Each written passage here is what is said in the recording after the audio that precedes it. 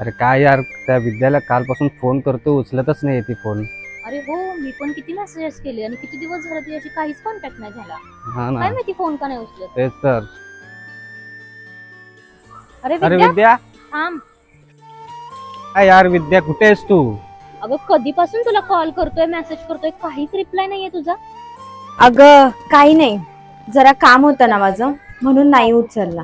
अरे नक्की झालं तरी काय? अरे खरंच काही नाही झालं. तू आमची बेस्ट फ्रेंड आहेस ना, आम्हाला सांगत नाही का तू? हो, तुम्ही माझे बेस्ट फ्रेंड आहात नाही का, विसरलेच मी. रोहन, दीप्ती, खरं सांगू का, मी तुम्हाला खूप चांगलं माझे बेस्ट फ्रेंड मानत होते. मला असं वाटत होतं माझ्या जवळचे फ्रेंड कोण आहात तर ती तुम्ही दोघं आहात. पण शी, तुम्ही माझ्याबद्दलच वाईट बोलत होतात आणि माझ्या परिस्थितीची खिल्ली उडवत होतात. अगं असं काही नाहीये, तुझा काहीतरी गैरसमज झालाय. माझा गैरसमज झाला होता, आता तो क्लिअर झालाय. अरे पण तू असं कसं बोलू शकतेस? एवढं असं नाहीये टोकाचं कसं काही. काय बोलू शकतेस? टोकाचं कसं काय बोलू शकतेस? त्या दिवशी मी तुमचं बोलणं ऐकलंय.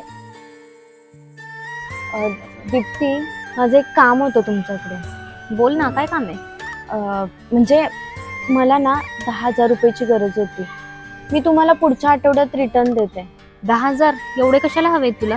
जरा इमर्जन्सी होती घरात म्हणून. नाही ग, आता तरी सध्या नाहीयेत माझ्याकडे पैसे. अरे असते तर दिले असते, पण आता माझ्याकडे नाहीये. होते ते मी घरी दिले आज. बरं ठीक आहे, मी निघते. हा, तुम्ही बसा.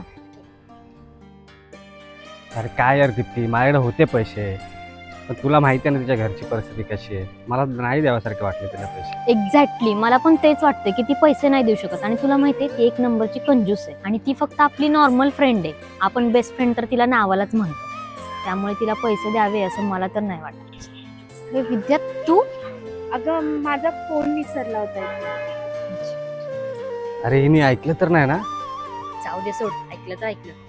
आणि बरं झालं माझ्यावर वाईट वेळ आली, त्यामुळे मला समजलं तरी आपलं कोण आणि परक कोण असतं. लोक बरोबर बोलतात, वाईट काळात माणसं जास्त कळतात. आणि आज तुमच्यामुळे मला खरं तर कळालं की माझं कोण आहे.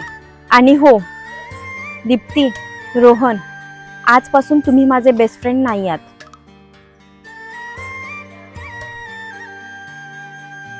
अरे यार, सॉरी यार विद्या. मध्ये गारव्यासारखा